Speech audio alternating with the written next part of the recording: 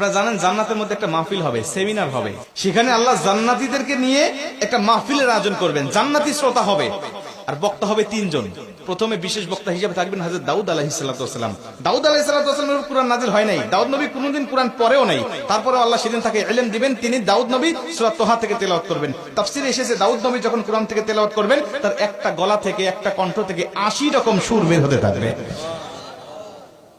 জান্নাতীরা দাউদ নবীর কণ্ঠে তেলাওয়াত শুনে তো পাগল, বলবে আল্লাহ কি তেলাওয়াত শুনতেছি, আমরা তেলাওয়াত শুনে শুনে জান্নাতে থাকতে চাই, আর কিচ্ছু চাই না। আল্লাহ বলবে এর থেকে কি সুমধুর তেলাওয়াত শুনতে চাও না? জান্নাতীরা বলবে আল্লাহ এর থেকে সুমধুর তেলাওয়াত হতে পারে, আমাদের আর বিশ্বাস হয় না। আল্লাহ বলবে কেন বিশ্বাস হয় না? দাউদ নবীর উপরে কোরআন নাজিল হয় নাই, দাউদ নবী কোরআনের জন্য মার খায় নাই। যে নবীর উপরে কোরআন নাজিল করেছি, যে নবী কোরআনের জন্য মার খেয়েছে, দাঁত শহীদ করেছে, মাথার হেলমেট ভেঙেছে, উহুদের প্রান্তরে রক্তক্ষরণ করেছে, ওই নবীর কণ্ঠ থেকে কোরআনের তেলাওয়াত শোনো কেমন সুমধুর শোনা যায়। আমার নবী যখন সূরা ইয়াসিন থেকে তেলাওয়াত করবেন জান্নাতীরা তো পাগল হয়ে যাবে, বলবে আল্লাহ কোনো হুর চাই না, কোনো গিলমান চাই না, কোনো নাজ নিয়ামত, কোনো শরাব, কোনো ঝর্ণা, কোনো কিচ্ছু চাই না। আল্লাহ শুধু নবীর কণ্ঠে তেলাওয়াত শুনে জান্নাতে হাজার হাজার বছর আমরা কাটিয়ে দিতে চাই। আল্লাহ বলবে জান্নাতি এর থেকেও কি সুমধুর তেলাওয়াত তোমরা শুনতে চাও না?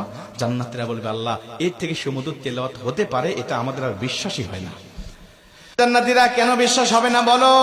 আমার নবীকে কণ্ঠ দিয়েছি আমি আল্লাহ নিজে, আমার দাউদকে কণ্ঠ দিয়েছি আমি আল্লাহ নিজে, কিন্তু আমার গলায় কত কণ্ঠ রেখে দিয়েছি জানো না? আমি আল্লাহ নিজের কণ্ঠকে ওজার করে এখন তোমাদেরকে সূরা রহমান থেকে তেলাওয়াত করে শোনাতে চাই।